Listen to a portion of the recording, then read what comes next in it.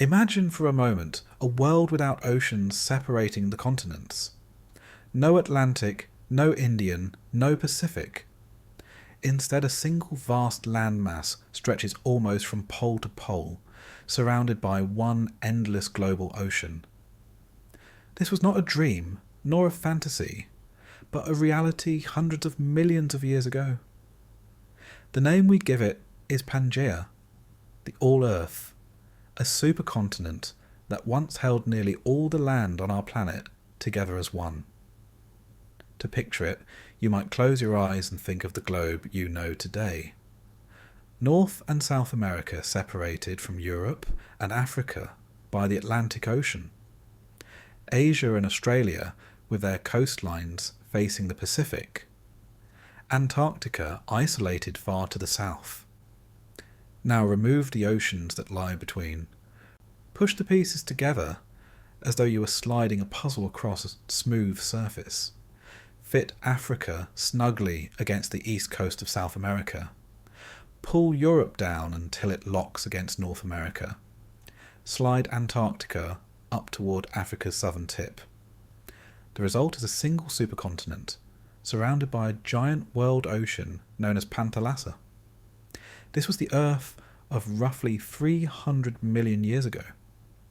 Pangea was not the first supercontinent, and it would not be the last.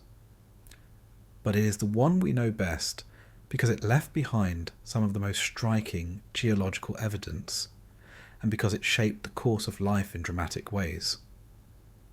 To understand it is to travel back through deep time, to a planet both alien and familiar, where the foundations of modern ecosystems were being laid and where continental drift was slowly reshaping the stage for future ages. But how did such a world come to be? The answer lies in the restless movement of Earth's outer shell, plate tectonics. The Earth's crust is broken into large slabs called tectonic plates, which float on the semi-molten mantle beneath. Over millions of years, these plates drift, collide, and separate. Mountains rise where they press together. Oceans open when they pull apart. Volcanoes mark the edges, releasing gases and molten rock.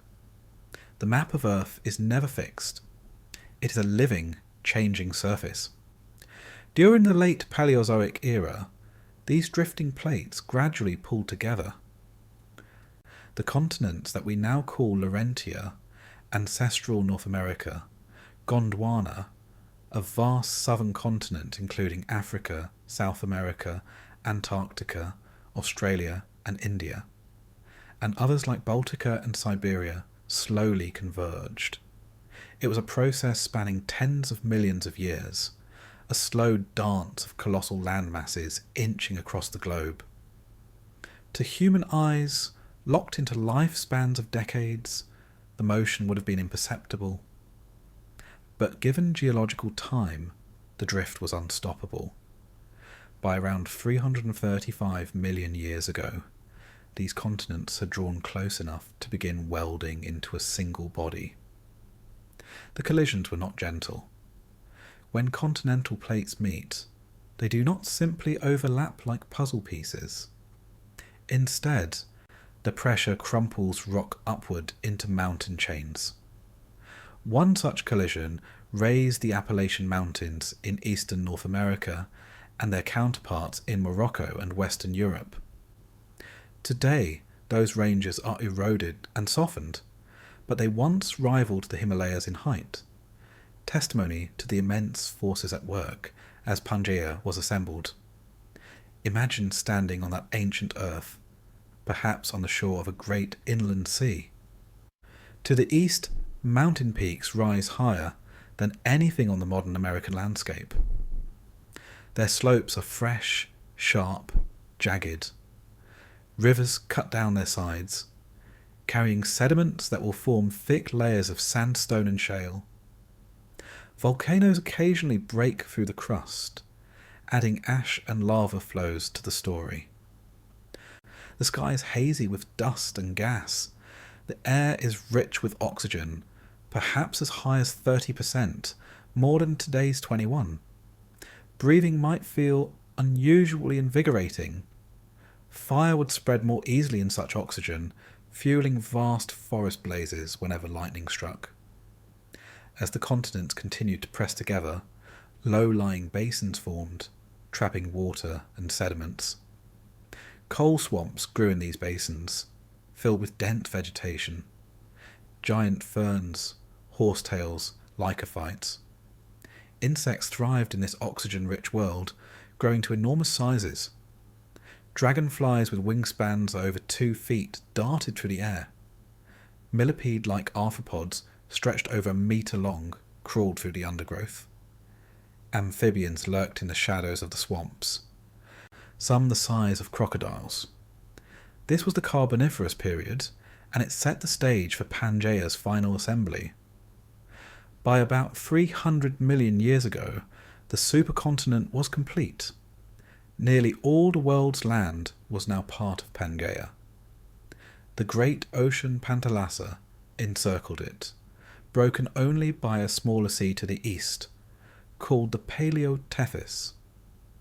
If you had sailed across Panthalassa, you might have travelled for weeks or months without sighting land. The scale was immense.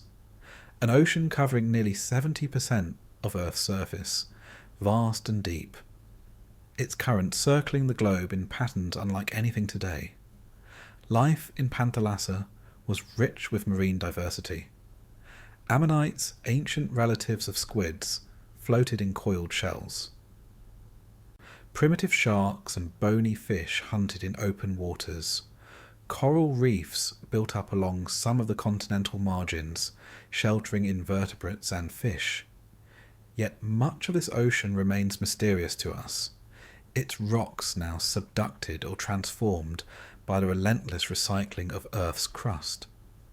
The fragments we study are like torn pages from an ancient book, enough to glimpse the story but not to read every line. On land, the unity of Pangea created unique conditions. The sheer size of the continent meant that its interior lay far from the moderating influence of the sea. In modern geography, no place on Earth is more than about 2,000 kilometres from an ocean. But in Pangea, the distance from shore to interior could be more than double that.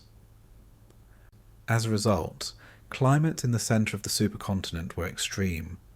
Summers were scorching, winters bitterly cold. Rainfall was scarce, and vast deserts stretched across the heart of Pangea. These deserts may have rivalled or exceeded today's Sahara in size. Sand dunes rose and shifted under relentless winds. Only hardy plants could survive, and only animals adapted to aridity could endure. Contrast that with the coastal margins. Here, the proximity of Panthalassa and the smaller Tethys Sea provided moisture. Lush forests grew in some regions. Rivers meandered across floodplains, depositing rich sediments. The landscapes were varied, mangrove-like swamps in the tropics, conifer forests in temperate zones, tundra near the poles. This diversity of habitats supported a wide array of life, even as the interior deserts stood nearly lifeless. From a geological perspective, Pangea is a demonstration of cycles. Before it, other supercontinents had formed and broken apart: Rodinia, Columbia, Nuna. After it, new ones would rise, perhaps including Pangea Ultima or Amasia in the far future. The cycle of assembly and rifting, known as the supercontinent cycle, appears to repeat roughly every 300 to 500 million years. It is a rhythm written into Earth's tectonic heartbeat, driven by mantle convection deep below our feet.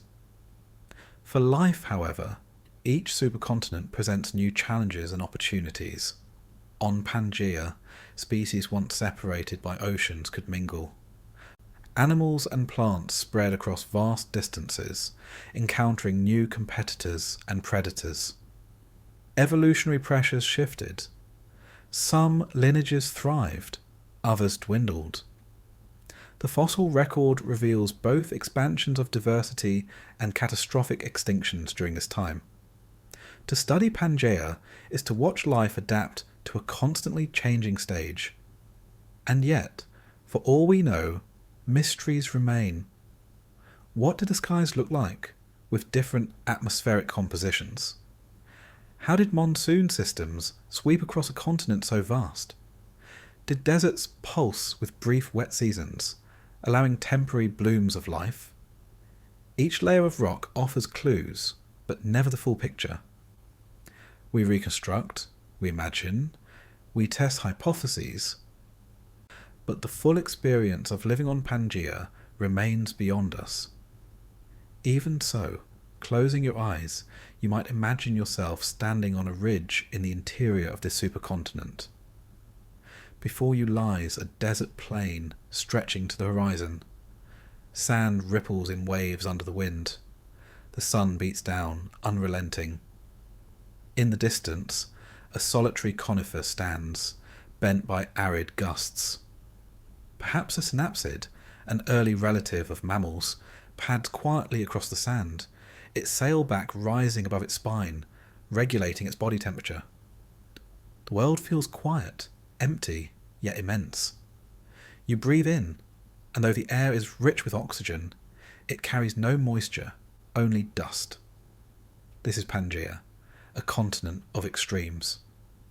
And from that stillness, curiosity grows. If the land was united, if seas were vast and singular, how would life respond? What forces would shape its destiny? And what lessons might this ancient world hold for us, drifting now on continents scattered across today's globe? The story is only beginning. Pangea has formed. The stage is set. In the chapters to come, we will walk slowly through its climate, its forests and deserts, its oceans and skies, its creatures and catastrophes. Tonight, let the earth carry you back through layers of stone and time to a moment when all lands were one. When you think of continents, it is easy to imagine them as fixed. Mountains, rivers, deserts, and coastlines feel eternal to us because they do not shift within the span of a human life. Yet in geological time, continents are restless. They drift like rafts across the mantle, carried by slow but relentless convection currents deep within Earth's interior.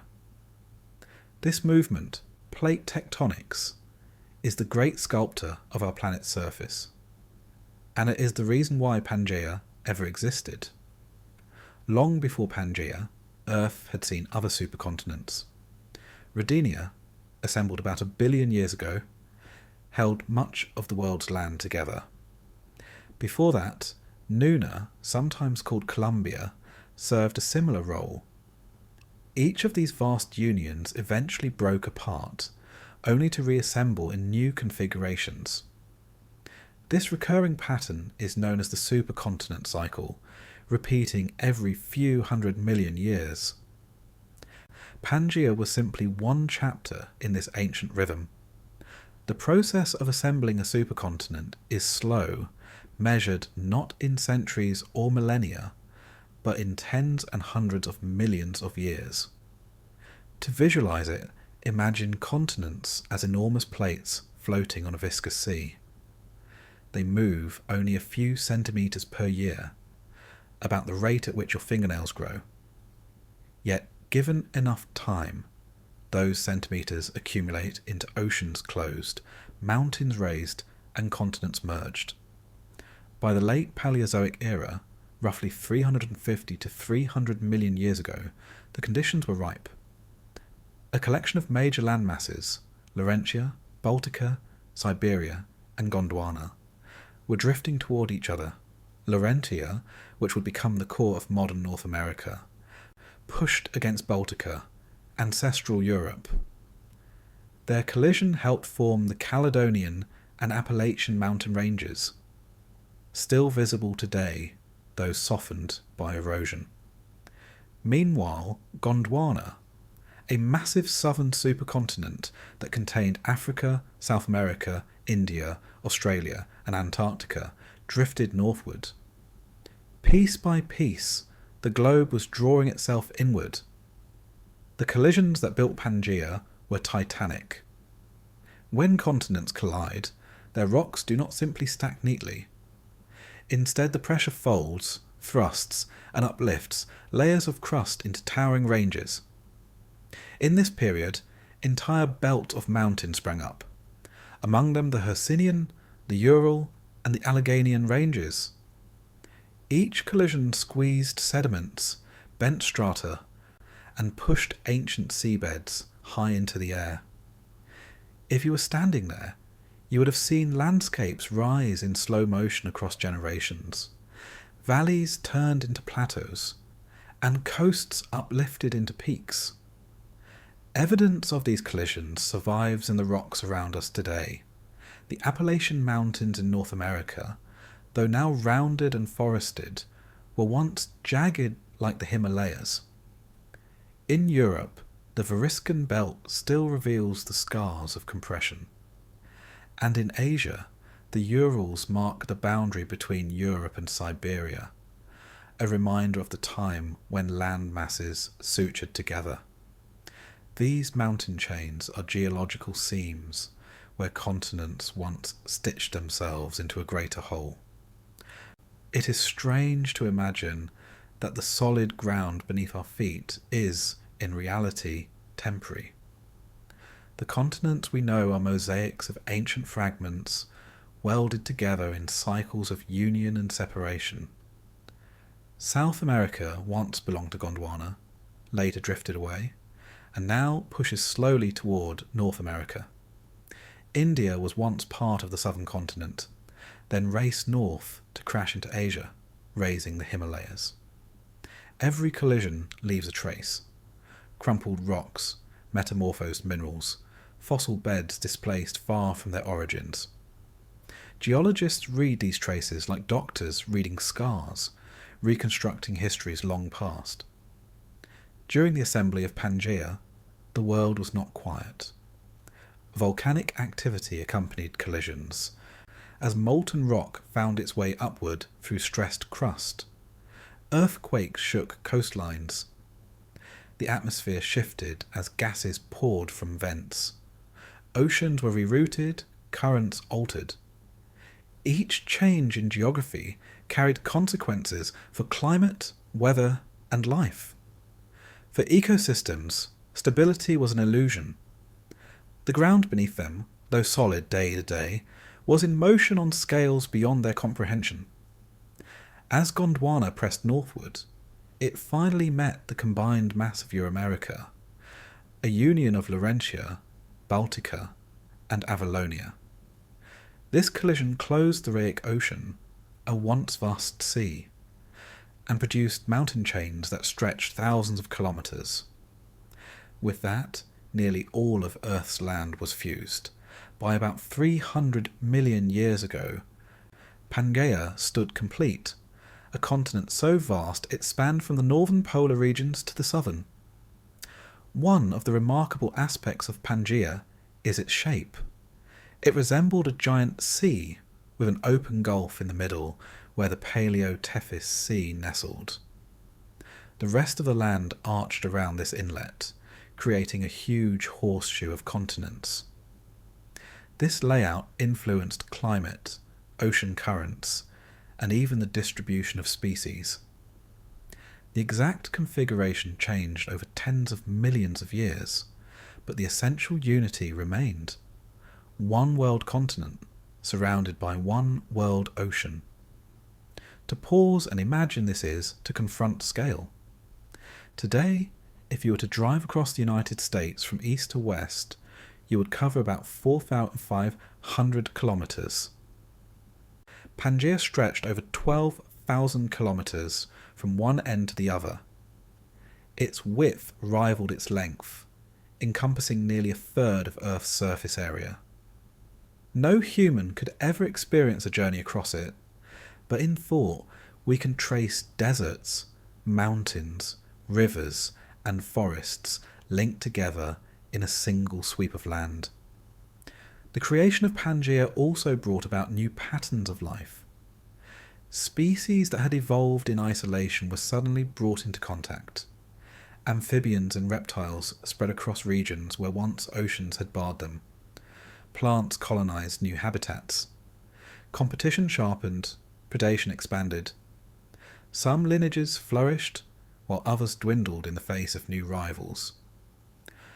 Biogeography, the study of how life is distributed, was profoundly shaped by this union of lands. Yet even in its grandeur, Pangea bore the seeds of its own destruction. The same tectonic forces that drew continents together would, in time, pull them apart again. Heat built beneath the crust, straining against sutures, preparing to rift the land once more. This is the paradox of supercontinents.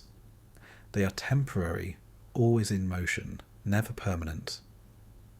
If you were to walk across Pangea during its prime, the evidence of these collisions would surround you. Mountain belts, freshly risen, would dominate horizons. Rivers, redirected by shifting terrain, would carve new valleys. Earthquakes might occasionally rattle the ground. Volcanoes would punctuate the landscape, reminders that beneath the crust, energy still boiled. To live there was to inhabit a world of immense stability on the scale of days, but immense change on the scale of ages. As you rest tonight, imagine those drifting plates beneath your bed. They are still moving today, just as they moved hundreds of millions of years ago. The Atlantic Ocean is widening by centimetres each year. Africa is inching toward Europe. One day, long after we are gone, a new supercontinent will take shape. Perhaps it will be called Pangea Ultima, or Amasia, or Novo Pangea.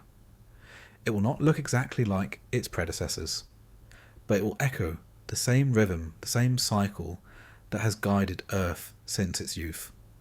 Pangea, then, is not only a story of the past, it is a window into Earth's future. The continents beneath us are still drifting, still colliding, still setting the stage for transformations yet to come. When you think of the ground as solid, remember, it is a raft on a restless sea of rock, always on a journey. The map we know is only one chapter in a very long book. And so the making of Pangea was both ordinary and extraordinary. Ordinary because it followed the natural processes of plate tectonics, the constant shifting of Earth's crust. Extraordinary because it created a land mass unlike anything we know today, a stage on which life would act out dramas of expansion, adaptation and survival. As we drift further into its story, the details of climate, ecosystems and atmosphere will reveal just how strange and challenging this supercontinent truly was. For now, let the image settle in your mind. Earth's continents sliding slowly across a mantle sea, converging with unstoppable patience. Oceans closing, mountains rising, ecosystems reshaping. Until at last, the world is gathered into one, Pangea, the All-Earth. Picture the map of Earth as we know it today, the Atlantic splitting the Americas from Europe and Africa, the Indian Ocean tucked between Africa, Asia and Australia, the Pacific, vast and deep, touching nearly every continent. Now erase those boundaries. In their place, imagine a colossal landmass dominating one side of the globe, with only a single ocean sweeping endlessly around the rest. This was Pangea. The sheer scale of this continent is difficult to grasp. From its northern tip, brushing the Arctic, down to its southern end, reaching Antarctica, Pangea stretched over 12,000 kilometres. Its width spanned almost as far. Unlike today, where seas and straits fragment the continents, Pangea was one immense expanse, linked together in an unbroken sweep of mountains, basins, deserts, and coasts. If you stood in the interior, you could be thousands of kilometres from the nearest ocean. In our modern world, that distance is impossible. No place today is more than 2,000 kilometres from a sea. But Pangea's centre was a landlocked realm, cut off from ocean breezes and rainfall. This geography shaped its climate in ways unlike anything we know now. Oceans act as Earth's air conditioners. They absorb heat, redistribute it through currents, and release it slowly, moderating nearby climates. But in Pangea's interior, far from the sea, no such relief existed. Summers grew scorching, winters turned bitterly cold. The absence of moisture meant rainfall was rare, leaving immense deserts. These mega-deserts stretched across what is now northern Africa, Arabia, and much of Central Asia. Sand dunes rolled like waves across the horizon. Wind swept freely, unbroken by mountains or oceans, carrying dust for thousands of kilometres. Evidence of these deserts survives in red beds, vast layers of reddish sandstone and siltstone deposited by rivers and wind. The red comes from iron oxides formed in arid conditions. These rocks, scattered across continents today, are geological footprints of Pangea's dry heart. When geologists trace them, they map out a desert system larger than the Sahara, the Gobi, and the Australian outback combined. It was a land where rain might not fall for years, and where only the toughest plants and animals could endure. Yet not all of Pangea was barren. Along the margins, where land met Panthalassa or the smaller Tethys Sea, moisture returned. Coastal plains held lush vegetation. River deltas fanned outward with the silt and nutrients. Forests of conifers, cycads, and seed ferns grew thick in some regions. Coal swamps still lingered in pockets, though they were less widespread than during earlier ages. Life along the coasts could thrive, even as the interiors burned beneath the sun. One striking feature of Pangea was its monsoon system.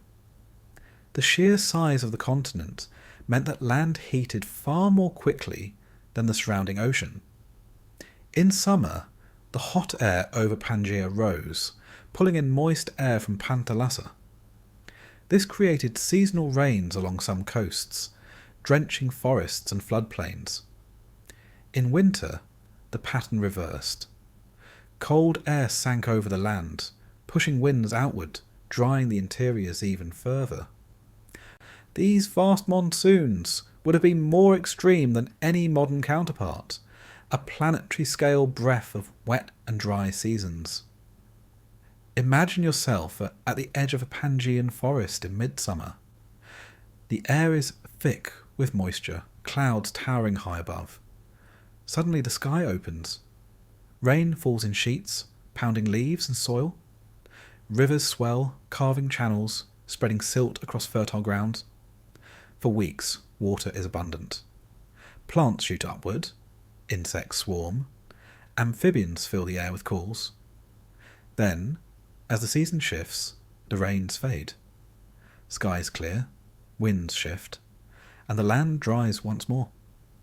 The cycle continues year after year, a rhythm set not by small seas, but by the breath of an entire supercontinent. Farther inland, however, the story was different. Here, no monsoon reached. The land baked under relentless sun. Temperatures in the deserts may have exceeded 40 degrees Celsius by day, dropping sharply at night. Sand dunes marched with the wind, burying valleys and exposing ancient rock. Life was sparse. A few conifers, tough and drought-resistant, clung to survival. Reptiles adapted to arid conditions crept across the sand, their scales conserving precious moisture. Fossil footprints show that synapsids, early relatives of mammals, also wandered these deserts, their tracks preserved in hardened mud. But overall, these regions were empty, hostile, and vast. Geology records these extremes. In places like the southwestern United States, today arid plateaus reveal layers of sandstone laid down during the Permian, when Pangea's deserts stretched across the land. The red cliffs of Utah, the mesas of Arizona, and the canyon walls of Texas are remnants of that ancient time. What now stands in silence once roared with desert winds under a blazing Paleozoic sun. Along mountain chains, the climate varied again. The collisions that built Pangea raised towering ranges, the Appalachians, the Urals, the Hercynian belt. These mountains influenced winds and rainfall, casting rain shadows, redirecting rivers, and carving microclimates. Valleys between peaks might have sheltered forests, even while surrounding plains lay dry. Rivers carried sediments down slopes, filling basins, feeding inland seas. Each range added texture to the vast expanse, breaking what might otherwise have been endless desert. The poles, too, had their influence. During Pangea's time, ice sheets waxed and waned. Around 300 million years ago, during the late Carboniferous and early Permian, southern Gondwana was covered in glaciers. Antarctica, South Africa, and parts of South America bore thick ice. Evidence comes from glacial striations, scratches carved into bedrock by moving ice, and from tillites, rocks formed from glacial debris. Imagine standing at Pangea's southern edge, watching a glacier grind slowly across the land, carving valleys, pushing boulders, leaving behind a trail of rubble. In contrast to the deserts of the equator, the south was locked in frozen silence. This juxtaposition, ice at the poles, deserts in the interior, forests along coasts, made Pangea a land of extremes. Few modern analogues compare. Our continents today are broken into smaller units, surrounded by seas, moderated by currents. Even the harsh Sahara lies within reach of moist Atlantic winds. But in Pangea, scale changed everything. The lack of nearby oceans created conditions we cannot experience now. It was a world balanced between abundance and scarcity, water and drought, heat and ice. The fossil record tells us how life responded. Plants adapted to dryness spread across the interior. Conifers, with needle-like leaves and protective cones, thrived where ferns could not. Seed ferns, with tough reproductive strategies, colonized marginal lands. Insects and reptiles evolved traits for conserving water. Amphibians retreated to wetter areas, limited by their dependence on moisture. Diversity was shaped by geography, high near coasts, low in deserts, specialized in mountains and valleys. For humans, imagining such a place is an exercise in scale. If you walked inland from a Pangean coast, you might pass through dense forest, then grasslands, then scrub, and finally open desert. Days of travel could lead only to more sand, more heat, more emptiness. The sense of isolation would be immense. Nights might bring cool winds under vast starry skies, but no relief of rain. The desert would feel endless, the horizon unbroken, the silence heavy. Only the hardiest forms of life would break it. In the coastal zones, however, life flourished. Rivers built deltas rich in nutrients. Swamps buzzed with insects, croaked with amphibians, rustled with reptiles. Forest canopies shaded the ground, leaves dropping to form thick layers of soil. Fires occasionally swept through, fueled by high oxygen, but forests regrew. These areas supported ecosystems that would one day give rise to more advanced reptiles. the ancestors of dinosaurs and mammals alike. The climate of Pangea also set the stage for great transitions. Fluctuations in oxygen and carbon dioxide levels influenced evolution. Shifts in rainfall patterns shaped ecosystems. Volcanic eruptions, tied to tectonic activity, altered atmospheres. Over millions of years, these changes would culminate in both expansions of life and catastrophic extinctions. The geography and climate of Pangea were not static. They were dynamic, oscillating, sometimes gentle, sometimes severe. To rest in this thought is to realise how temporary even the grandest landscapes can be. The deserts of Pangea are gone, their sands turned to stone. The glaciers have long melted. The forests have decayed into coal seams, buried deep. Yet their traces remain, allowing us to piece together the puzzle of a world that no human ever saw, but that shaped the path of all who came later. As you drift further into this ancient picture, imagine the winds of Pangea sweeping across a continent too vast to escape.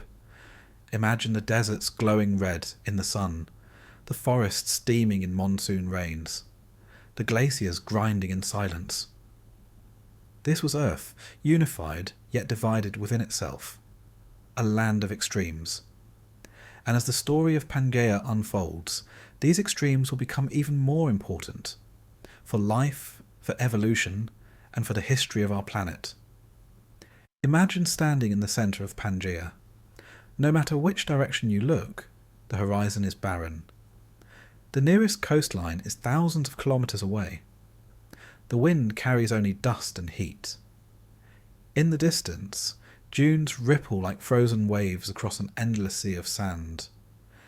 This was the interior of the great supercontinent, a land of extremes, where survival demanded extraordinary resilience.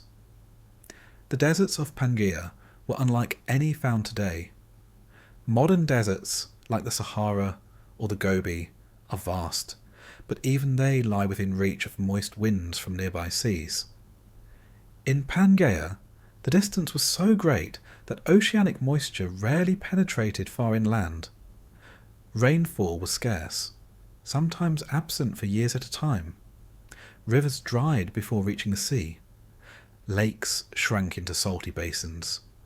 The result was a mega-desert stretching across what is now North Africa, Arabia, Central Asia, and the American Southwest. It was one of the harshest environments in Earth's history.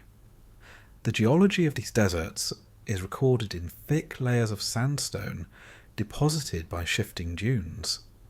In parts of the modern United States, Utah, Arizona, Texas, towering cliffs of red rock bear silent witness to this past. Their cross-bedded layers reveal ancient wind patterns.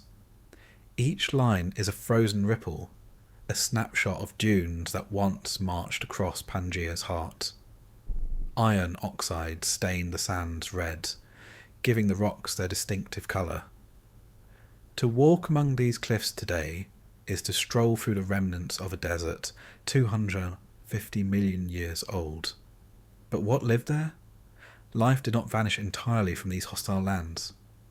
Plants adapted first. Seed ferns, cycads, and early conifers developed traits to conserve water. Their leaves grew thick and waxy, reducing evaporation. Roots dug deep into the soil, searching for hidden moisture. Some grew cones or seeds that could remain dormant until rare rains returned. When storms did come, brief but powerful, these plants took advantage, sprouting quickly, reproducing, and ensuring the next generation before the land dried once again. Among animals, reptiles were the true pioneers of Pangea's deserts. Unlike amphibians, which still relied on water to reproduce, reptiles laid eggs encased in protective shells. This freed them from ponds and swamps, allowing them to spread into drier environments. Their scaly skin reduced water loss. and their bodies tolerated heat better than their amphibian cousins. Small lizards scurried over dunes. Larger reptiles, some predatory, stalked the margins of oases. Fossil trackways preserved in sandstone show clawed feet pressing into damp sand, hardened later into stone. One of the most remarkable inhabitants was the synapsid Dimetrodon, often mistaken for a dinosaur, but predating them by millions of years. Dimetrodon carried a tall sail on its back, formed by elongated spines. The sail may have helped regulate body temperature, warming the animal in the morning sun and cooling it later in the day. Imagine this creature crossing a dry plain at dawn, its sail glowing in the rising light, its movements slow but deliberate. It was both predator and survivor in a land where life clung precariously to existence. Therapsids, another group of synapsids, also emerged in these arid zones. Some, like the stocky Lystrosaurus, were herbivores with sturdy bodies and tusk-like teeth for digging roots. Others, like Gorgonopsids, were fierce predators with saber-like fangs. Together, they formed ecosystems adapted to scarcity. Each creature played its role: herbivores feeding on sparse vegetation, predators hunting the herbivores, scavengers cleaning the remains. It was a web of life, stretched thin, but still functioning. The climate shaped not only behaviour, but also evolution. In a desert, efficiency is survival. Animals evolved to move at dawn and dusk, avoiding midday heat. Burrows offered shelter from the sun and cold nights. Reproduction timed itself with rare rains, ensuring young hatched when food was briefly abundant. Some species likely migrated, moving between oases as conditions shifted. Fossils show adaptations like specialized teeth for chewing tough plants and skeletal features suggesting strong lungs to endure dry air. Life was not absent. It was inventive. The skies above these deserts also carried their own dramas. With oxygen levels higher than today during parts of Pangea's history, insects grew to enormous sizes. Dragonflies with wingspans approaching 1 metre could have darted above dunes, though they preferred wetter habitats nearby. Still, the thought of such giants passing overhead adds a surreal dimension to Pangea's deserts. Imagine lying in the shade of a conifer, watching a dragonfly the size of a hawk glide past, its wings catching the sun. Occasionally, storms broke the monotony. Moisture-laden winds from Panthalassa sometimes pushed farther inland than usual, unleashing sudden downpours.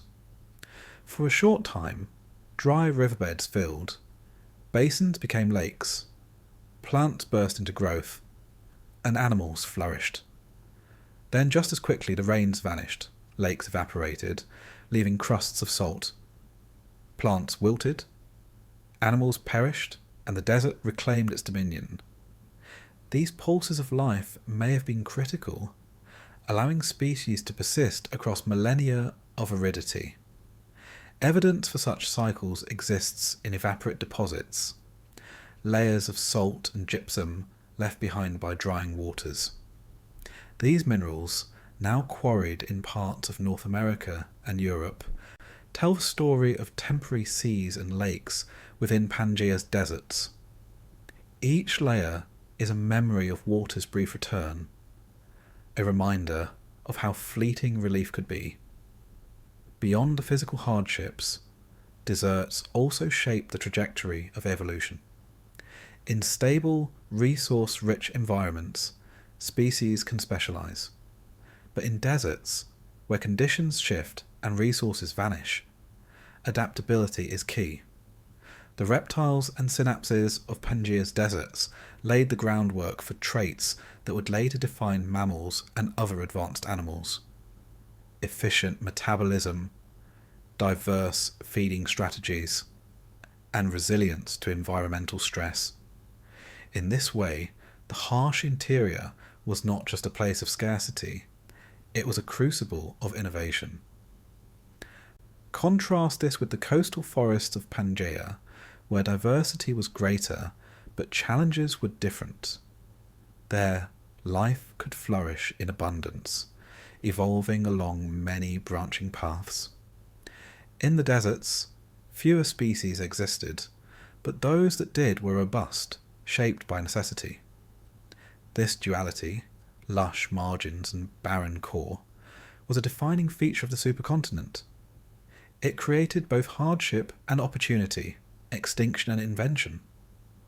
As you imagine this interior world, picture the silence of vast dunes, the crackle of dry shrubs, the distant call of a reptile. The air is dry, the ground hot beneath your feet. The horizon seems infinite. Survival feels tenuous. And yet, in this unforgiving place, life persisted. It bent but did not break, adapting to a world that tested every limit. The deserts of Pangea remind us that even in the harshest conditions, life finds a way. The plants that stored water, the reptiles that conserved it, the predators that hunted with patience, all were answers to a single question. How do you endure when the land itself resists you? For hundreds of millions of years, these answers worked, sustaining ecosystems in the heart of the largest continent Earth has ever known. And so, as the story of Pangea continues, we move outward from these dry interiors. For beyond the deserts lay another world, the coasts, the rivers, the ocean of Panthalassa, where water and abundance returned. To fully understand Pangea, we must leave the barren centre and travel to its edges, where land met sea and where life once again flourished. From the dry and silent heart of Pangea, let us move outward, toward the edges of the supercontinent, where the land finally met the sea. After days or weeks of travel across deserts and mountains, you would arrive at a coastline unlike any on Earth today. Behind you lay an endless expanse of sand and stone. Before you stretched the infinite horizon of Panthalassa, the single great ocean that surrounded the whole of Pangea. The coasts of this supercontinent were zones of transition, places where the extremes of the interior softened into something more forgiving. Here, moisture from the sea supported forests and floodplains. Rivers, born in distant mountains, carried sediments across the land, spilling into deltas rich with nutrients. The air carried the salt of the ocean, breezes cooling the heat of the day. For life, these coastal zones were havens of diversity, sustaining ecosystems far richer than the barren deserts of the interior. Panthalassa itself was enormous. Covering nearly 70% of Earth's surface, it wrapped the globe in a single blue expanse. Unlike today's oceans, divided by continents into distinct basins, Panthalassa was unified. Its currents circled the world without obstruction, vast conveyor belts of heat and salt. These currents influenced weather along Pangea's shores, delivering rains to some regions and leaving others dry. The ocean was a climate engine, and its breath shaped the rhythms of the land. Imagine standing on a Pangean beach. The waves roll in, slow and steady, breaking against sand that has never felt the footsteps of humans. Fossilized ripple marks tell us such waves lapped ancient shores for millions of years. Perhaps a conifer forest grows just inland, its roots holding the dunes in place. Insects buzz through the underbrush.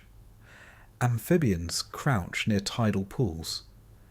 And in the shallow waters just offshore, a different world begins. The shallow seas along Pangea's coasts teemed with life. Coral reefs grew in sunlit waters, though the corals of that time were different from those today. They built intricate structures of limestone, providing shelter for countless creatures. Ammonites floated through the currents, their coiled shells gleaming in sunlight. Trilobites, though declining, still scuttled along the seabed. Fish swam in schools. Primitive sharks, armoured placoderms, and early bony fish, crinoids, sometimes called sea lilies, anchored themselves to the seafloor, their feathery arms waving in the currents to catch plankton. It was a living tapestry, woven of creatures adapted to light, tide, and motion. Panthalassa's depths were mysterious. With such a vast ocean, much of it lay in darkness, far from continental shelves. Deep-sea life existed, but few fossils remain to tell us its details. The ocean floor itself has mostly vanished into Earth's mantle, recycled by plate tectonics. What we know comes from fragments preserved in ancient mountain belts, pieces of ocean crust caught in collisions, lifted high above sea level. From these scraps, geologists reconstruct Panthalassa like archaeologists piecing together a shattered phase. Yet we can imagine. Imagine descending into Panthalassa's depths, light fading as you go. The waters grow cold and dark. Strange fish glide through the gloom, their bodies adapted to pressure and silence. Perhaps giant cephalopods hunted in mid-water, their tentacles reaching through blackness. Perhaps delicate plankton drifted in unseen swarms, feeding chains of life from bottom to top. The ocean was immense enough to hold mysteries beyond even our imagination, and its ecosystems stretched from shallow reef to abyssal plain. The coasts of Pangea were not uniform. Some regions, facing steady monsoon rains, were lush with swamps and forests.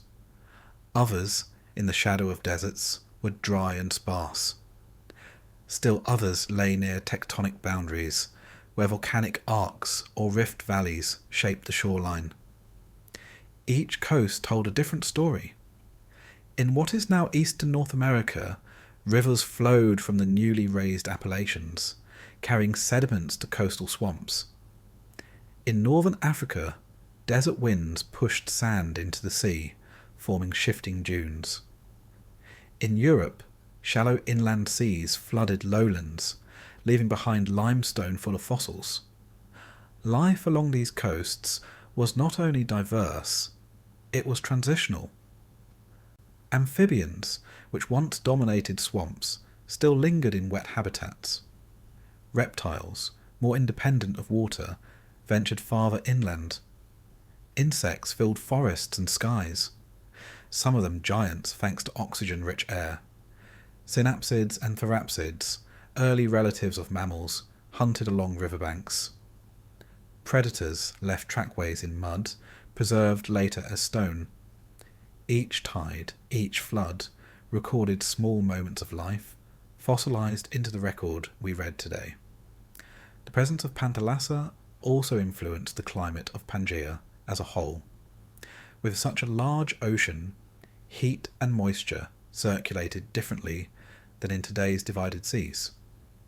Currents may have been simple but powerful, carrying warm water across latitudes.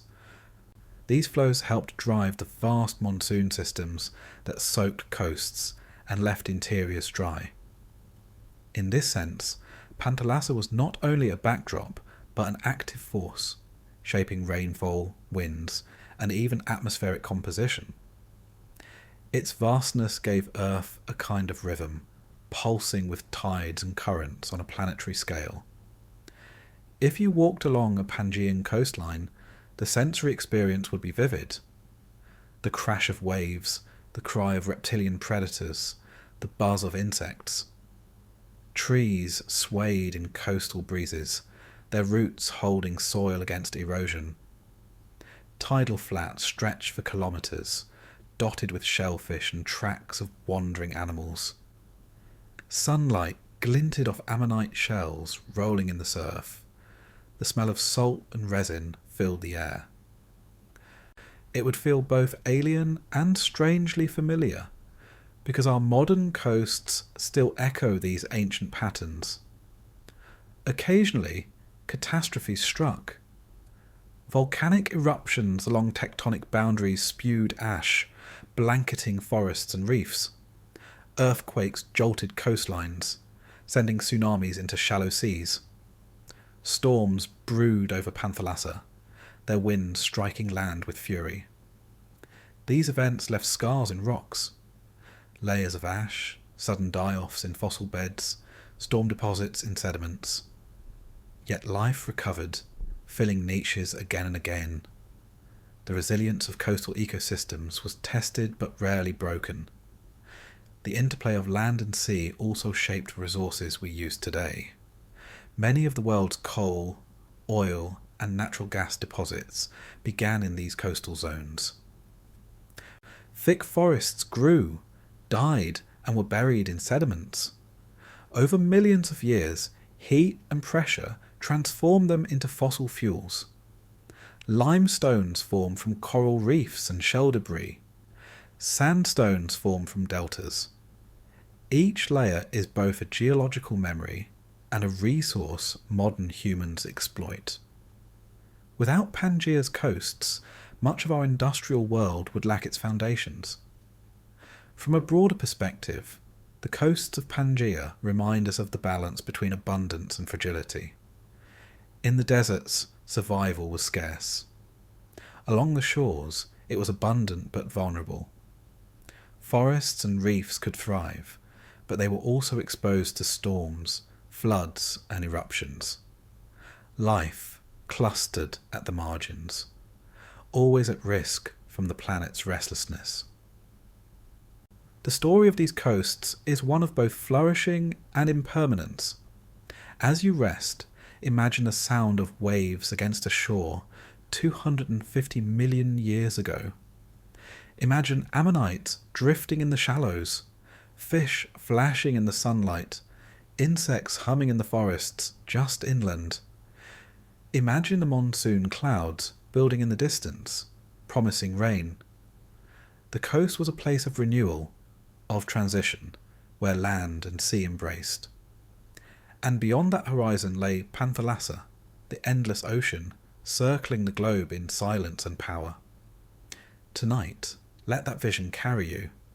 Waves rolling, forests swaying, creatures stirring along the tide. The supercontinent was immense, but its edges held beauty and diversity. Pangea was not only desert and hardship.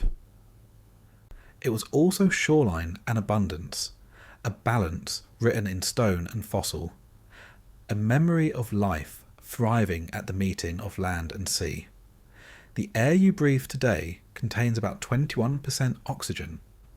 It is enough to sustain human life, but not so much that fires run unchecked or animals grow to enormous sizes.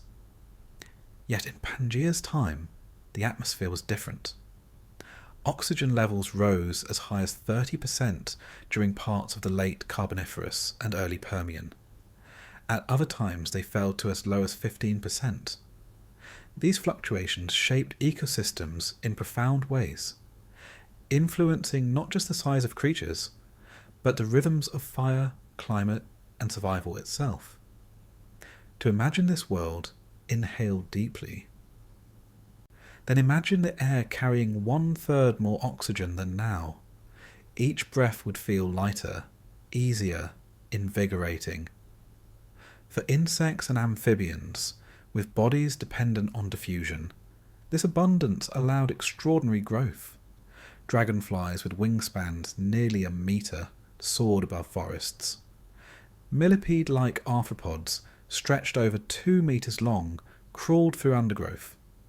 Spiders and scorpions reached sizes that today seem impossible outside of fiction. In an oxygen-rich atmosphere, their primitive respiratory systems could support such mass.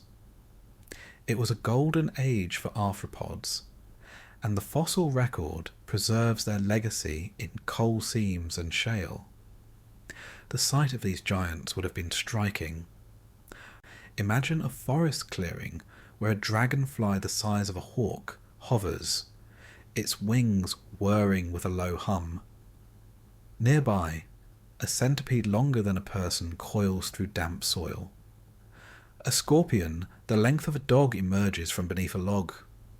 For us, the scene would feel nightmarish, but for life then, it was normal. Insects filled ecological roles as pollinators, scavengers, and prey, just as they do today, only on a far grander scale. High oxygen also altered fire. Forests burned more easily, flames spreading quickly with each spark of lightning. Wildfires swept across landscapes, shaping ecosystems by clearing old growth and making way for new plants. Charcoal deposits from this time are abundant, recording ancient burns. The cycle of fire was both destructive and renewing, a natural rhythm intensified by atmospheric chemistry. Yet this abundance did not last forever. By the Middle Permian, oxygen levels began to decline. They dropped toward 15%, far lower than today. Breathing such air would feel thin, like standing on a high mountain. For animals adapted to abundance, it was a crisis. Giant insects dwindled, unable to sustain themselves. Some lineages vanished entirely. Others shrank, adapting to the thinner air. The reign of giant arthropods ended, replaced by smaller, more efficient forms.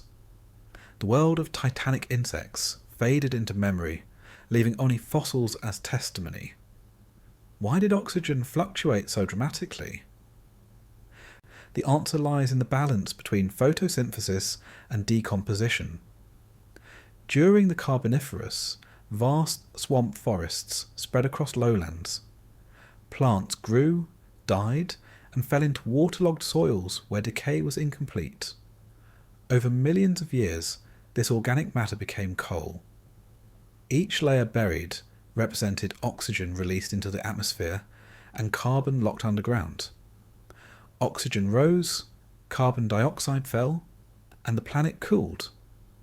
But as conditions shifted, with swamps shrinking and fires more frequent, the balance reversed. Oxygen declined, carbon dioxide increased, and climates warmed once again. Carbon dioxide, the other great atmospheric player, also fluctuated during Pangea's existence. Periods of high volcanic activity pumped CO2 into the air, intensifying the greenhouse effect. Temperatures rose, ice sheets melted, seas shifted. Periods of quiescence saw levels drop, climates cool, and glaciers advance. The breathing of Earth was not steady. It was a cycle of gas, fire, and life. The consequences of low oxygen were dramatic. Animals needed to adapt or perish. Synapsids, ancestors of mammals, evolved more efficient lungs and circulatory systems. Some reptiles developed new metabolic strategies, giving them resilience. Evolution selected for those who could survive in thinner air, paving the way for future dominance. The giants of the Carboniferous gave way to the smaller but more versatile creatures of the Permian and Triassic. Even with thinner oxygen, life along Pangea's margins continued to flourish. Forests persisted, though their composition changed. Conifers spread, better adapted to drier climates. Seed ferns remained common. Cycads emerged, their palm-like fronds shading the ground. Insects survived, though reduced in size. Amphibians clung to wetter zones, while reptiles spread into new habitats. Diversity endured, even as atmosphere shifted beneath it. For coastal ecosystems, atmospheric changes shaped oceans too. With more or less carbon dioxide, seawater chemistry shifted. Acidification during high CO2 periods challenged coral reefs and shelled organisms. Extinctions rippled through marine ecosystems, only to be followed by recoveries. The The interplay of atmosphere and ocean was constant, binding land, sea and sky in a single web of change. Consider the sensory world of an animal living then. For a dragonfly in oxygen-rich air, flight required less effort. For a reptile, fire was a constant danger, forcing migrations and adaptations. For a synapsid, thinner oxygen demanded more efficient breathing. Each creature lived within an atmosphere that shaped not only survival, but possibility. The chemistry of air defined what was possible in body size, metabolism, and life strategy. From a human perspective, the fluctuations remind us of fragility. Our atmosphere feels constant, yet in deep time it has swung between extremes. Too much oxygen, and wildfires rage uncontrollably. Too little, and large-bodied animals struggle to survive. The balance we inherit today is only one point in a long arc of change. To study Pangea's air is to glimpse the delicate threads that sustain life. The age of giants passed, but its echoes remain. Fossil wings of dragonflies, fossil tracks of massive arthropods, charcoal layers in ancient rocks. All are reminders of when the Earth's breath allowed creatures to reach extraordinary forms. When you walk through a coal forest today, or see a dragonfly dart over water, you are witnessing survivors of a lineage that once ruled under a different sky. As night deepens, imagine breathing air richer or thinner than your own. Imagine forests that ignited more easily, insects that dwarfed birds, and animals struggling to adapt to a thinning atmosphere. Imagine the sky as both giver and taker of life, invisible yet powerful. The breath of Pangea was never steady, but always in motion, shaping the destiny of life across millions of years. And so, the story of Pangea continues, its atmosphere a reminder that even the air is part of Earth's restless cycles. As we drift further, we will step into its forests, where plants and creatures create in worlds of shadow and abundance, writing the next chapter in this vast and ancient tale. Step now from the coasts and deserts of Pangea into its forests. The change would feel immediate. After miles of open sand and stone, you would enter shade beneath towering trees. The air would cool, filled with the scent of resin and damp earth. Insects would hum in the canopy. Reptiles would scurry across the forest floor. Here, in these green realms, life found shelter from the extremes of the supercontinent. The forests of Pangea were unlike the familiar woodlands of today. Flowering plants had not yet evolved. There were no grasses, no flowering shrubs, no fruit trees. Instead, the land was covered by seed ferns, conifers, horsetails and club mosses. These plants defined entire ecosystems, shaping the ground, the air, and the lives of creatures that depended on them. Seed ferns, known as pteridosperms, looked much like true ferns, with broad fronds that spread outward in feathery patterns. But unlike ferns, they produced seeds, a critical adaptation that allowed them to thrive in drier climates.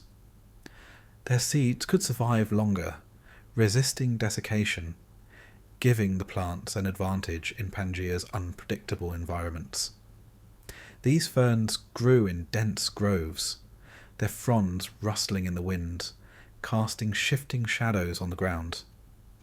Conifers, ancestors of today's pines and spruces, also flourished.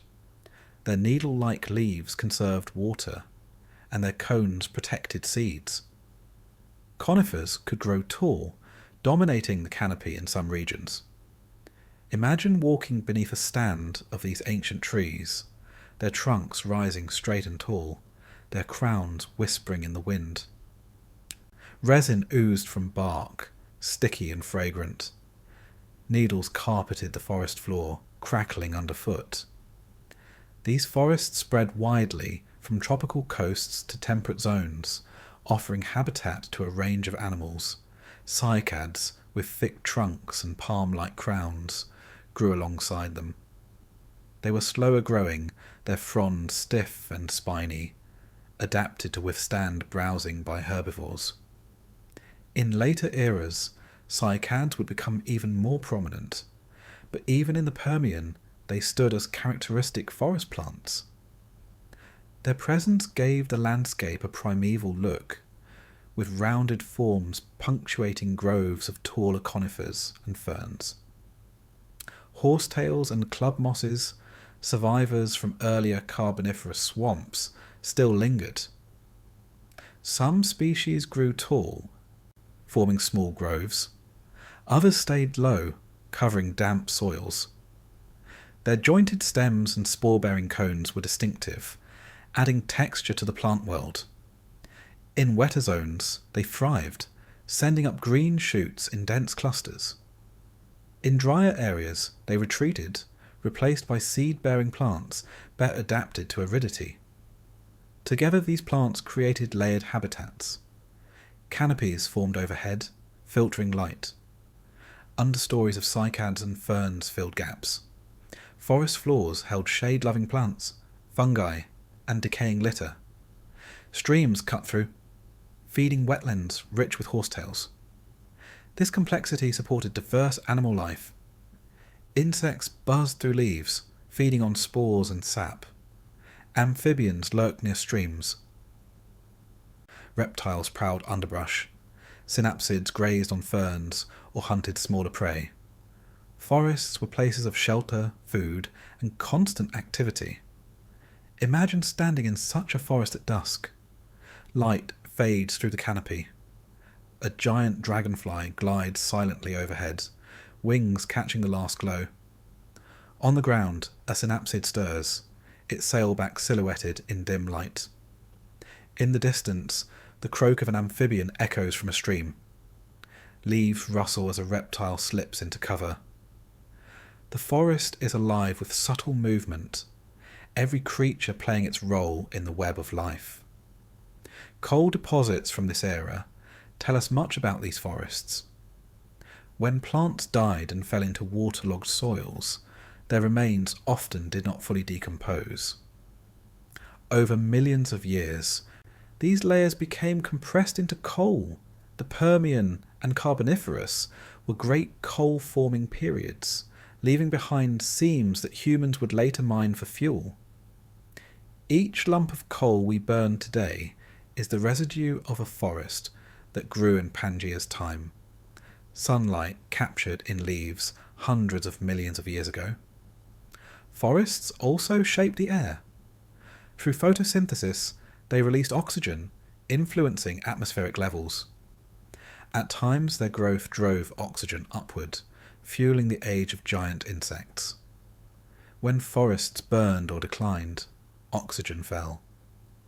The balance of gases was tied directly to the health and spread of these ecosystems. In this way, forests were not just habitats, but planetary engines, breathing in carbon dioxide and breathing out oxygen. The animals that lived within them were as varied as the plants. Insects filled every niche. Beetles chewed through wood. Roaches and crickets scuttled in leaf litter. Giant millipedes fed on decaying plants.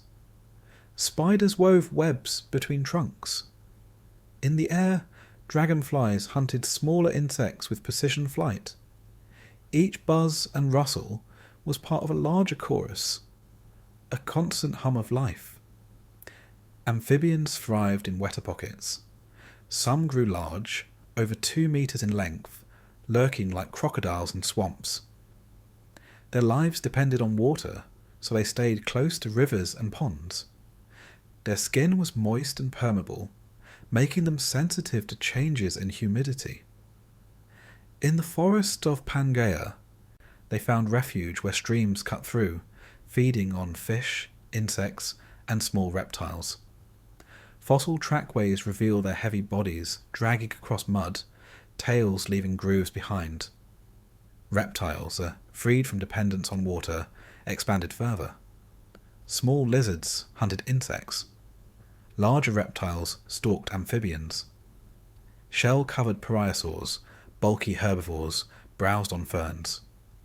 Some grew up to 3 meters long, their bodies armoured against predators. Imagine such a creature pushing through undergrowth, fronds brushing its back, jaws snapping at tough leaves. It was not graceful, but it was effective, surviving where food was coarse and predators close. Predators included early therapsids, some with saber-like teeth. These animals, ancestors of mammals, combined reptilian features with innovations that hinted at the future. They hunted through forests, eyes sharp, senses keen. Their presence kept herbivores in check, maintaining balance in the ecosystem. Each forest was a stage where predator and prey played out ancient dramas, leaving traces in bones and footprints. The interplay of plant and animal-shaped landscapes. Herbivores trimmed vegetation, spreading seeds through dung. Predators controlled herbivore numbers. Insects pollinated and decomposed. Fungi broke down litter, recycling nutrients.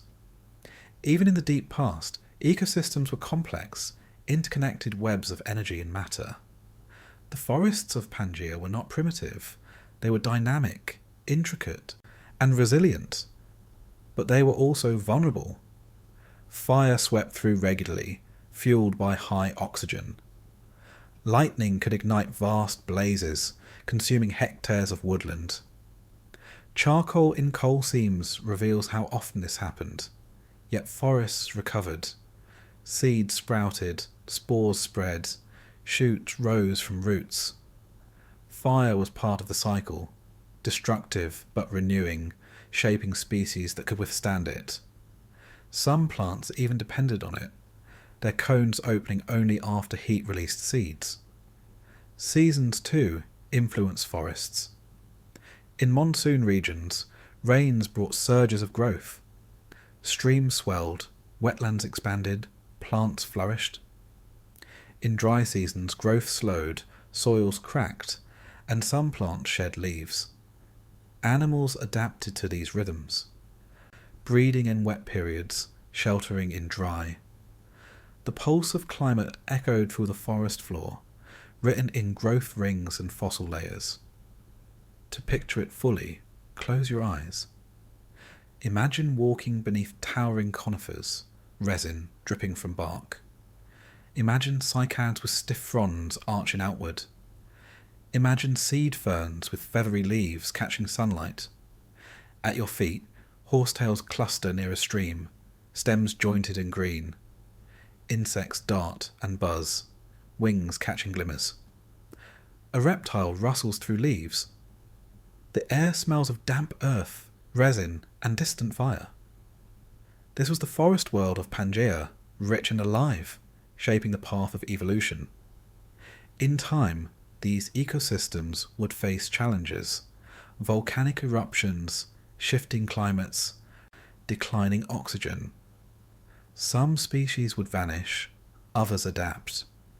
But for millions of years, the forests stood as green engines of life, spreading across coasts, mountains, and valleys. They were the lungs of Pangea, breathing with the planet, giving rise to new forms, sustaining the old. And as night deepens, let that image linger. A world of towering trees, buzzing insects, prowling reptiles, croaking amphibians. A forest vast enough to stretch across half a continent, old enough to last millions of years. In its shade, life endured, evolved, and prepared for what was to come. Pangea's forests were not only ecosystems, they were crucibles of change, writing chapters of Earth's story that still echo in the trees we know today. Step into the forests and open plains of Pangea, and you would find yourself surrounded not only by plants, but by creatures unlike any alive today. This was a time before dinosaurs ruled the earth. But it was not an empty stage. The supercontinent was alive with amphibians, reptiles, and synapsids, the strange and fascinating ancestors of both mammals and later reptiles. These animals filled every niche, from swamp to desert, from forest floor to riverbank. The amphibians were among the most visible in wetter areas. Some were massive, stretching over 2 meters long, with bodies shaped like crocodiles. They lurked in rivers and lakes, waiting to snap at fish or smaller creatures. Their skin was moist, their eggs still dependent on water, tying them to wetlands. Fossil trackways show them dragging heavy bodies across mud, tails leaving deep grooves. To encounter one would be to meet a creature caught halfway between the fish of earlier ages and the reptiles that would dominate the next. Among amphibians, the temnospondyls were especially prominent. With broad skulls and toothy jaws, they hunted in freshwater habitats. Some resembled giant salamanders. Others looked more like squat alligators. They breathed through lungs, but could also absorb oxygen through their skin, making them flexible in changing waters. Imagine standing by a riverbank as one rises silently from the shallows, its eyes breaking the surface, watching, waiting for movement. But amphibians, for all their variety, were limited. Their reliance on water confined them to certain environments. Reptiles, by contrast, were free to spread. With amniotic eggs encased in protective shells, reptiles could reproduce away from water. Their scaly skin conserved moisture, and their lungs were more efficient. These traits allowed them to colonize deserts, plains, and uplands. As Pangea's climate grew more arid, reptiles expanded their reach, becoming the true pioneers of the land. Early reptiles came in many forms. Some were small insect eaters, scurrying through underbrush. Others grew larger, feeding on plants or preying on fellow reptiles. Fossilized skeletons reveal slender bodies, clawed feet, and sharp teeth. In time, their descendants would give rise to crocodiles, lizards, turtles, and dinosaurs. But here, in the forests and deserts of Pangea, they were still experimental forms, branching into new evolutionary paths. Among the most striking groups were the pariasaurs. These bulky herbivores, some up to 3 meters long, carried bony plates on their skin like natural armor. They fed on tough ferns and cycads, using leaf-shaped teeth to grind foliage. Imagine a herd of pariasaurs moving slowly through a grove, their heavy bodies crushing plants underfoot, their jaws working steadily as they grazed. Predators would think twice before attacking such armoured giants. Another group, the synapsids, are especially important to us. They were not reptiles, though they resembled them. Synapsids were a separate lineage, and from them mammals would eventually emerge. In Pangea's time, synapsids were dominant, ranging from small insect eaters to large predators. Their skulls had distinctive openings behind the eyes, allowing for stronger jaw muscles. Their teeth began to specialize: incisors, canines, molars, an early step toward mammalian features. One of the most famous synapsids was Dimetrodon. Often mistaken for a dinosaur, it lived long before dinosaurs appeared. Dimetrodon had a large sail on its back, formed by elongated spines. Scientists debate its purpose. Perhaps it helped regulate body temperature, or perhaps it was used in display, signalling strength to rivals or mates. As a predator, Dimetrodon was formidable, with sharp teeth and a powerful bite. Imagine one stalking across a floodplain, sail rising high, eyes scanning for prey. Therapsids, another group of synapsids, showed even more mammal-like traits. Some were herbivores, squat and sturdy, feeding on low plants. Others were predators, with saber-like fangs. Gorgonopsids, for example, were fierce hunters with elongated canine teeth. Picture a gorgonopsid slipping through a forest, its gaze fixed on a smaller reptile. With a sudden leap, it strikes, jaws closing with deadly precision. These were ancestors of mammals, carrying forward adaptations that would one day shape us. Herbivores played their own critical roles. Lystrosaurus, a stocky therapsid, was among the most successful. With tusks for digging and strong beaks for cropping plants, it spread widely across Pangea. Fossils of Lystrosaurus are found in Africa, Asia, and Antarctica, showing how far it roamed. Herds of these animals may have grazed together, moving slowly across open ground, snuffling for roots and shoots. Their resilience would one day help them survive mass extinction when many others perished. The diversity of predators was equally impressive. Large amphibians ruled rivers, while therapsids stalked forests and plains. Reptiles developed sharp teeth and claws for hunting. Trackways show packs of predators moving together, perhaps coordinated in pursuit. Fossil bones reveal injuries and healing, suggesting fierce battles and survival against odds. Life was not peaceful. It was a constant struggle, shaped by climate and competition. Insects and smaller creatures filled niches, sustaining the larger ones. Beetles decomposed wood. Termites fed on plant matter. Dragonflies hunted mosquitoes and gnats. Ant-like insects formed colonies. Each of these tiny players was essential, forming the base of the food chain. Without them, forests would choke on debris, and herbivores would lack key food sources. The hum of insects was the soundtrack of Pangea's forests, a constant chorus of activity. Together these animals formed complex ecosystems. Amphibians dominated wetlands. Reptiles conquered deserts. Synapsids filled forests and plains. Herbivores shaped vegetation. Predators shaped prey. It was a balance, fragile but enduring, that lasted millions of years. The fossil record shows moments of stability and sudden shifts, extinctions followed by recoveries, diversity rising and falling like tides. To walk through Pangea as a silent observer would be to witness this balance firsthand. You might hear the croak of a temnospondyl in a swamp, then turn to see a lizard dart through ferns.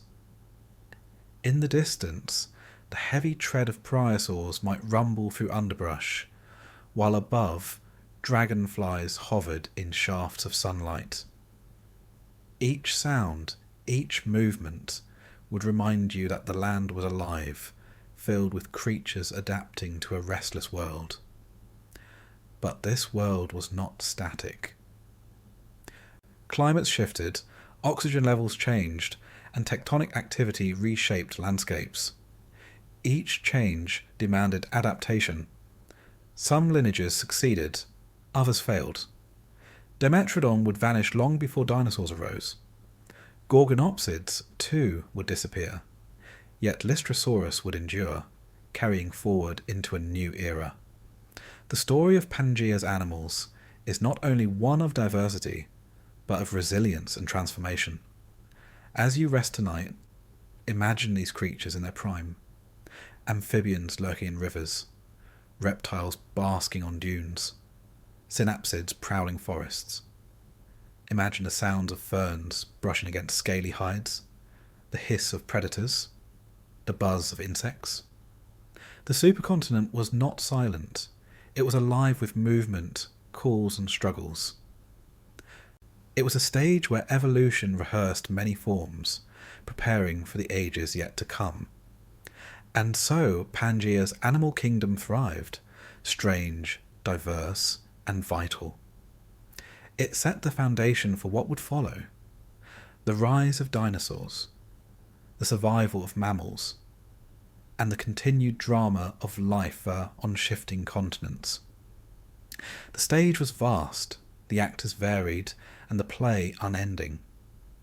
This was the life of Pangea, written in bone and stone, echoing still in the creatures that roam our world today.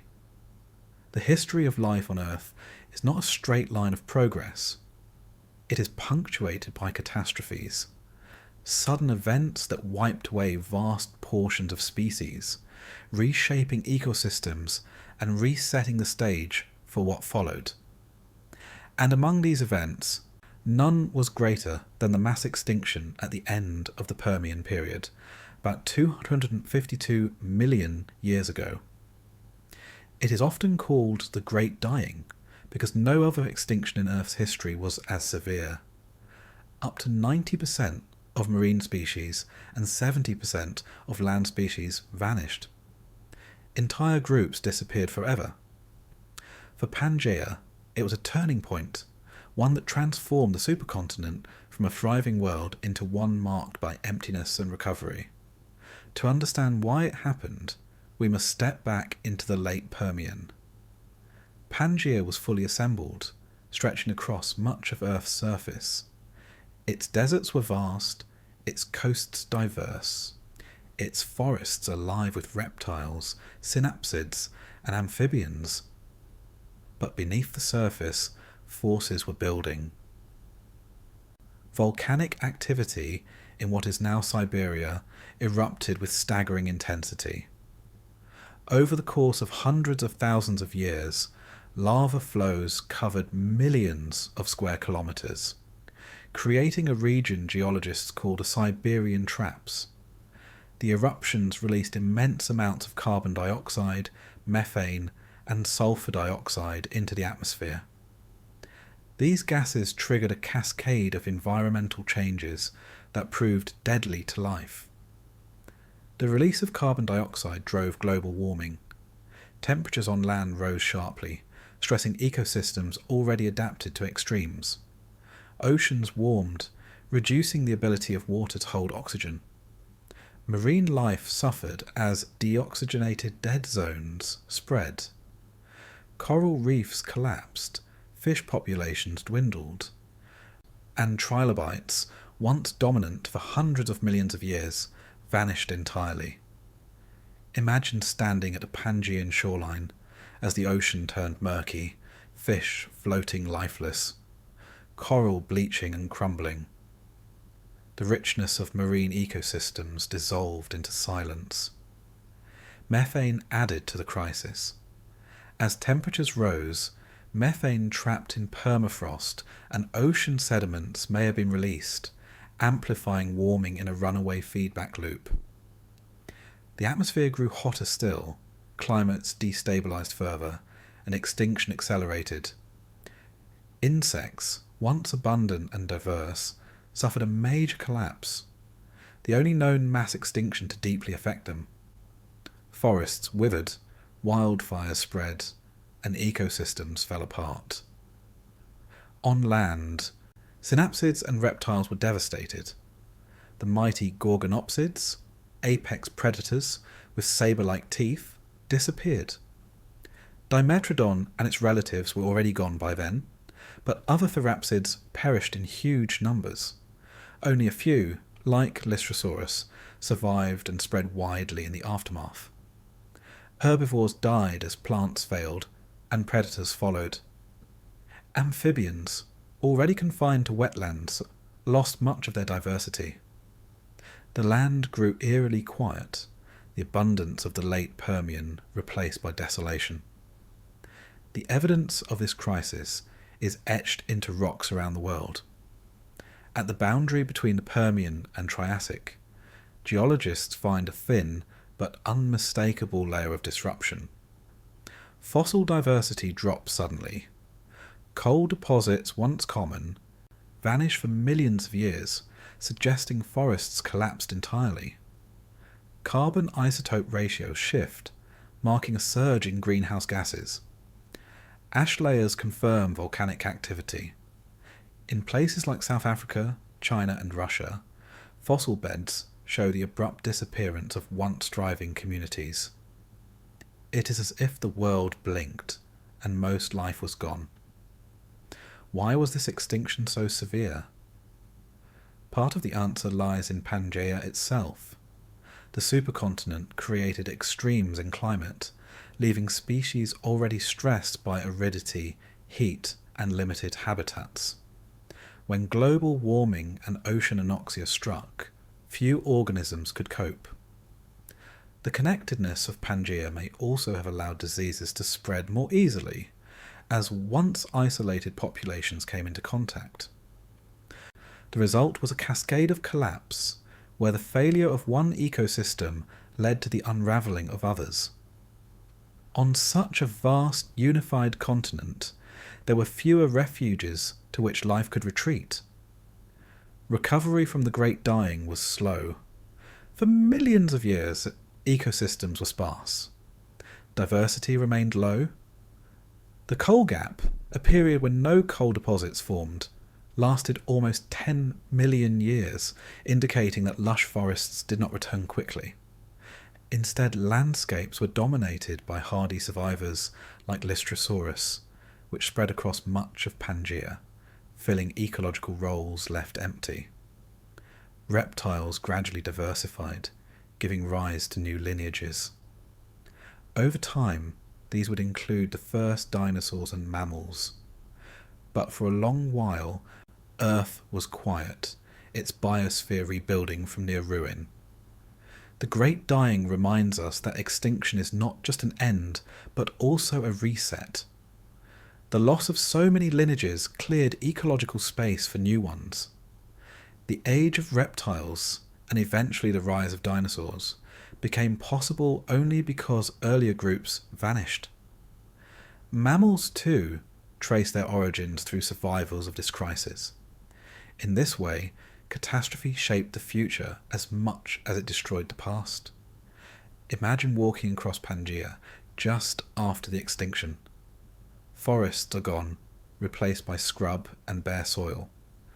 Rivers run through valleys with little life along their banks. Few animal sounds break the silence. A herd of Lystrosaurus shuffles across the plain, tusks digging for roots. But predators are scarce. Insects buzz weakly, their diversity a shadow of what once was. The land feels empty, haunted by absence. Only with time will new ecosystems emerge, filling the void. Geologists call the Permian Triassic extinction the most severe of Earth's Big Five extinctions. Later events, like the one that ended the dinosaurs, were devastating, but none matched the scale of the Great Dying. It is a stark reminder of how fragile life can be when Earth's systems shift too quickly. Volcanoes, gases, climate, and geography aligned to push the planet past thresholds. For millions of years afterward, the Earth bore the scars. Today, scientists study this event not only to understand the past, but also to glimpse the future. The release of carbon dioxide, the warming of climate, the collapse of ecosystems, these patterns resonate uncomfortably with modern concerns. Though the scales differ, the lessons remain. Life is resilient, but it is not invincible. When change is too rapid or too extreme, even the mightiest lineages can fall. As you rest tonight, let the image of Pangea during the Great Dying settle in your mind. A vast continent, once filled with forests, rivers, deserts and creatures, suddenly reduced to silence. Oceans emptying of life, skies thick with ash, landscapes stripped bare. And yet, even in this bleakness, seeds of renewal remained. Survivors carried forward, evolution reshaped, and Earth's story continued. The planet turned, the sun rose, and life began again. The Great Dying was not the end. It was a passage, a trial by fire and heat and emptiness. From it, new chapters would emerge. The rise of dinosaurs, the spread of mammals, and eventually us. The memory of that ancient crisis is written in stone, a whisper across time, that life endures even through its darkest hours. When you look at a world map today, the arrangement of continents feels natural. North and South America on one side, Africa and Europe on another, Asia stretching eastward, and Australia and Antarctica at the far corners. But this familiar pattern is only a moment in Earth's long story. The continents were once joined as one, Pangea, and though the supercontinent eventually broke apart, its legacy remains in the landscapes, oceans, and life we know now. The breakup of Pangea began in the early Jurassic, around 175 million years ago. Deep within Earth, heat and pressure built up, stretching and cracking the crust. Rift valleys formed, widening slowly into new oceans. The Atlantic was born as North America pulled away from Africa and Europe. The Indian Ocean opened as Gondwana fragmented. Over tens of millions of years, Pangea's unity dissolved, and the drifting fragments became the continents we recognise today. Imagine standing on Pangea during this time. At first, the land beneath your feet might tremble with earthquakes as faults opened. Lava erupted, filling rifts with dark basalt. Valleys deepened, rivers shifted, and coastlines changed shape. In time, narrow seas formed, cutting through land. What had been an unbroken expanse became dotted with growing waterways. Slowly, the earth redrew itself, not in days or centuries, but over spans of millions of years. This process of rifting shaped more than geography, it shaped life. As continents split, species were divided. Populations that once mingled freely became isolated. In isolation, they evolved separately, giving rise to new forms. Dinosaurs in North America diverged from those in Africa. Plants in India evolved apart from those in Australia. The diversity of modern life owes much to this separation. Without Pangea's breakup, the patterns of evolution would have been very different. The creation of new oceans also changed climates. Where once Panthalassa had been a single vast expanse, new seas and currents appeared. The Atlantic developed its own circulation, redistributing heat. Monsoons shifted. Coastal habitats expanded, providing new opportunities for marine life. Coral reefs spread, fish diversified, and new ecosystems flourished. The oceans as we know them today, distinct, dynamic, and rich, were born from the slow fracture of the supercontinent. Geological evidence of Pangea's breakup surrounds us. The Appalachian Mountains in North America were formed when continents collided, then left behind when they separated.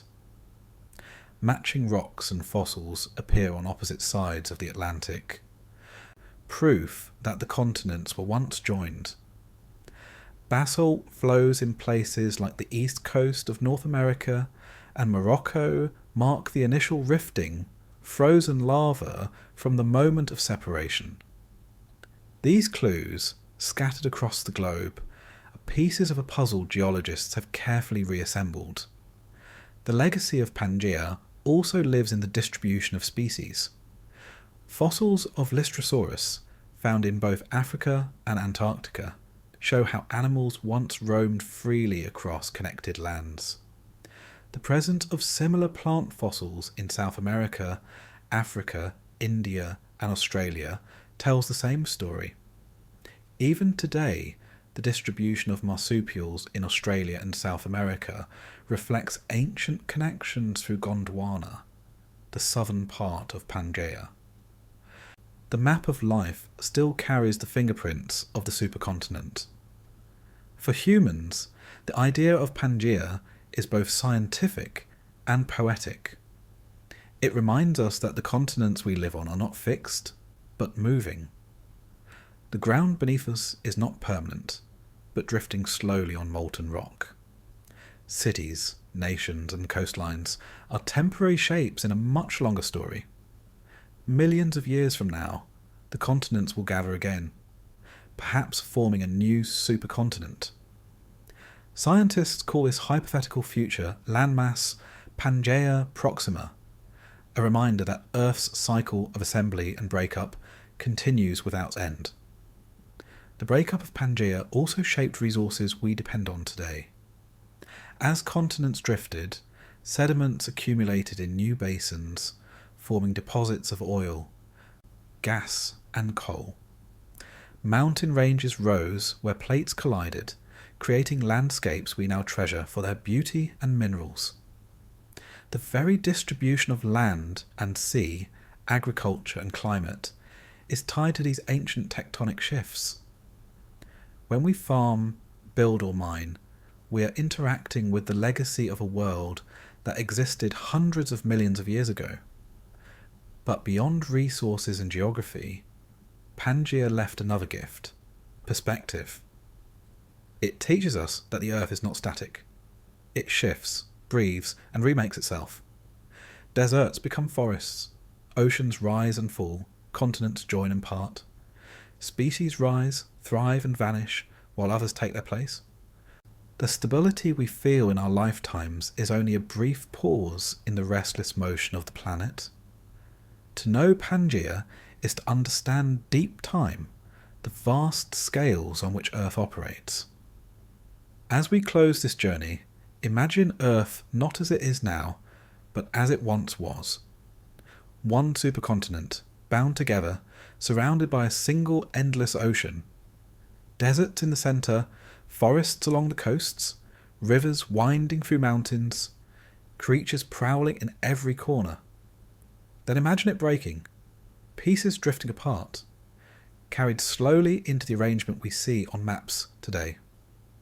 That slow movement, invisible day to day, has shaped everything, from climate to species, from landscapes to human history. And as you let these thoughts settle, remember that the planet is still moving. Africa is slowly colliding with Europe, raising the Alps higher each year. The Atlantic is widening as America drifts from Europe. Australia is creeping northward toward Asia. The map of the future will be as strange to us as Pangea is now. The story is not over, it is simply unfolding. The legacy of Pangea is all around us, in mountains, fossils, oceans, and air. It is written in rocks and recorded in DNA. It is the reason continents fit together like pieces of a puzzle, the reason life is distributed as it is, the reason our planet looks as it does. To study Pangea is to study ourselves, because we live in the world it created. And so, as this long story comes to rest, let your thoughts drift with the slow movement of continents. The planet never sleeps, but you can. Let the earth keep turning while you rest, knowing that the ground beneath you is ancient, and the story of Pangea is part of the story of home.